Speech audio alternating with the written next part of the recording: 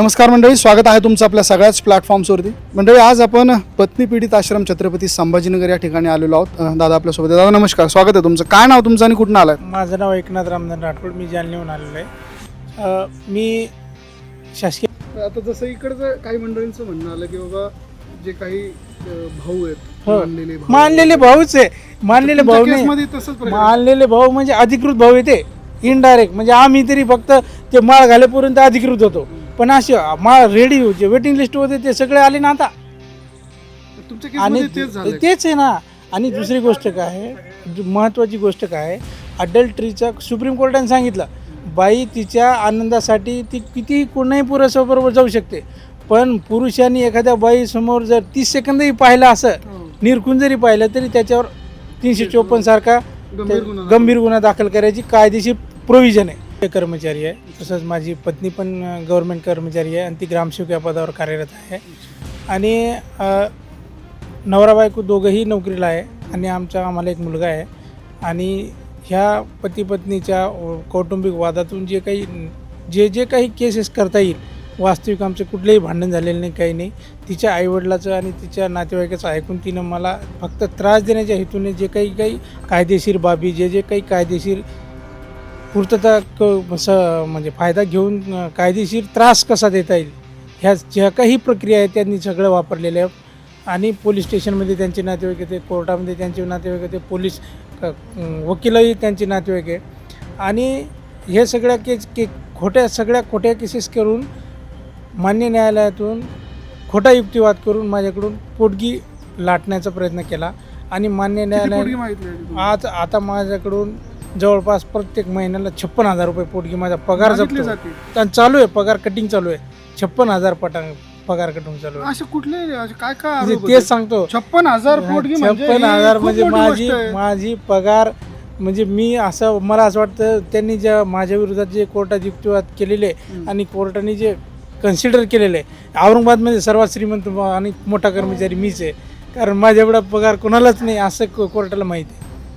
काय म्हणजे काही आरोपांमध्ये काय सांगण्यात आलेलं आहे, किती पगार सांगण्यात आला? आता माझ्या बापदादाची भावकीची सगळी जमिनीचे 7 बारे जोडले, माझं पगारपत्रक सोडून दुसऱ्याच पगार आणि मला बोलायला संधीच दिली नाही.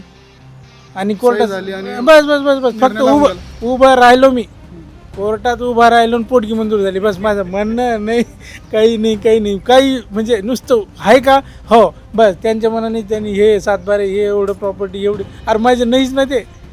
आणि त्याची मी सुप्रीम कोर्टापर्यंत गेलो. काही त्रास आहे म्हणजे 56,000 रुपये आम्हाला 6 महिन्यालाही भेटत नाही कधी. दुसरी गोष्ट असं सांगतो की म्हणजे याच्यात अशी विशेष गोष्ट अशी आहे की बायको नोकरीला आहे, त्यांनाही पगार असणारच. ते विषयच नाही आहे. माझ्याकडे 4 शपथपत्र आहे, 4 शपथपत्र सुप्रीम कोर्टाच्या गाईडलाईननुसार. मी फक्त त्यांना सांगितलं की साहेब हे फक्त चेक करा, ही बाई नोकरीला आहे. आणि संसारात होते तुम्ही 3 वर्ष, 3 वर्ष संसार केला. बस हेच ना. हे जसं कोर्टाला माहीत झालं की हा लई पैशावाला आहे, लई प्रॉपर्टी आहे, लई शेती आहे. तिच्या आई माझी त्यांचं असं म्हणणं होतं की आम्ही जे सांगू ते कर, तू तुझी नोकरी सोड, आमच्या पोरीच्या हाताखाली काम कर. बरं, मी तेही करायला तयार होतो, पण ती बाईच पागल होती ना, ती फितूर होती ना, प्रत्येक गोष्टीला फितूर व्हायची. याच्याकडे पाहिलं हिच्याबरोबर जाय, ती पाहून हसली, तिच्याबरोबर लफडं, दारूच पितो, मारहाण करतो. अरे काही नसताना ह्या सगळे आरोप केले. आणि प्रत्येक गोष्टीला आहे ना, जसं कोर्टामध्ये त्यांच्याकडे तुम्ही कोर्टात गेले तर कोर्टाकडे असं रेडीमेड फॉर्मॅट असतो की बायकोनी नवऱ्यावर आरोप काय करायची फॉर्मॅट असतो. तुम्ही काय केलं ते त्याच्यासाठी काही गरज नाही. माणसांनी जर बायकोवर जर त्याचं लेखी म्हणणं जरी दाखल करायचं असेल तर पुरावा द्यावा लागतो, पण बाईला जर केस करायची असली नवऱ्या विरोधात तर त्याला काही पुराव्याची गरज नाही. आणि कोर्टाला ते तपासायची सुद्धा ते त्रास घेत नाही. फक्त बायकोनं म्हटलं ना हा दारू पितो, बस पितो. तुम्ही पोलीस स्टेशनला जाऊन सांगितलं बायकोनं नवरा दारू पिऊन मारहाण करतो, बोलले तो माळकरी असला ते म्हणते तुम्ही दारू पिऊन मारहाणच करतो, हा त्याच्यावर कोणीही विश्वास ठेवत नाही. बरं, ह्या सगळ्या गोष्टी घडत असताना त्याला कोणी रूम देत नाही भाड्याने. तो मेसवर गेला आणि तिथं जर बायका महिला जर असल्या त्या मेसवाल्याकडं, ते म्हणते तू उद्यापासून इथे नको, म्हणजे त्याची जेवणाची हाल होते. आता मी नोकरीला असताना मला कोणी रूम देत नाही, मला कोणी राहायला जागा दिली नाही. आणि पैसे देऊन सुद्धा मला जेवण दिलं नाही. त्याच्यामुळं मी इथं आलो. आणि तुमचा जो येणारा पगार आहे, तुम्ही म्हटलं की 56,000 रुपये, म्हणजे येणारा जो काय पगार आहे तो तर समजा ते परत कपात होते, मला जायची गरज नाही. तुम्ही जागता कसं? आता जगतं तेच तर प्रश्न आहे. मी म्हणजे जगतो म्हणजे माननीय भारत फुलारे साहेबांनी जगण्याच्या ज्या कला आहे, इथं आल्यानंतर पैशापेक्षा मानसिक सपोर्ट जे आहे ते सध्या इथं. नोकरीला आहात तुम्ही? हां, नोकरीला आहे ना, नोकरीला गव्हर्नमेंट नोकरीला वर्किंग आहात का? वर्किंग आहे. पण सोडून जायची पळाली आली म्हणजे मी नुसतं दुसऱ्याच्या ड्युट्या करतो. झेरॉक्सवाल्याचे पैसे, रिक्षावाल्याचे पैसे, पेट्रोलवाल्याचे पैसे, वकिलाचे पैसे, तिकिटाचे पैसे, झेरॉक्सचे पैसे, इथून यायचे पैसे, त्यांना तिकीट माफ, त्यांच्या अर्जाचे, त्यांच्या वकिलाचे फीससुद्धा माझ्या पोटकीतून चालू आहे. म्हणजे सांगताय तुम्ही, पण हा त्रास आहे खरं तर. हा फॅक्ट आहे. तुम्ही चेक करा माझ्या मोबाईलमध्ये, तुम्हाला मी हा सगळा केस नंबर देतो आणि माझा पगार किती जप्त आहे ते तुम्हाला, माझी पगार स्लिप तुम्हीच परस्पर जाऊन चेक करू शकता. आता इथून पुढच्या आयुष्यात समजा आता तुमचं मुलगा आहे म्हणतो तुम्ही, आणि सगळं मग पुढच्या आयुष्यात कशा पद्धतीनं तुम्ही आता काय प्लॅन करणार? माझं कसं जगायचं? पुढचं आयुष्य एवढंच आहे की मला ज्या खोट्या गोष्टीनं फसवण्यात गेलेले आहे, खोटे आरोप करून तर उद्देश काय होता सर? उद्देश एवढाच आहे की फक्त मानसिक समाधान मिळतं त्यांना.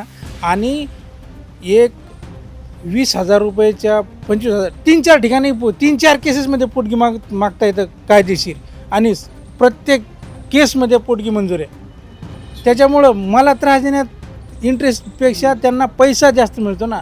आता तुम्ही मला सांगा, एखाद्या मुलाला जर आपण दिवसभर काम करायचं म्हटलं ते 300 रुपये येईल. आता इथं काम न करता तुम्हाला 50,000 रुपये फुकट भेटायला लागले, एक सुपर क्लास 2ची पगार भेटू राहिलं, कशाला तुम्ही काम करणार आहे? आणि काय गरज आहे तुम्हाला दुसरी खर्च जायची? आणि अशी माझ्यासारखी, आता मी रेकॉर्डवरचा नवरा आहे आणि इलिगल किती आहे, माझे 56 कटू राहिले, बाकीकडून 10 आता भेटत असेल. आता जसं इकडचं काही मंडळींचं म्हणणं आलं की बाबा जे काही भाऊ आहेत, मानलेले भाऊच आहे.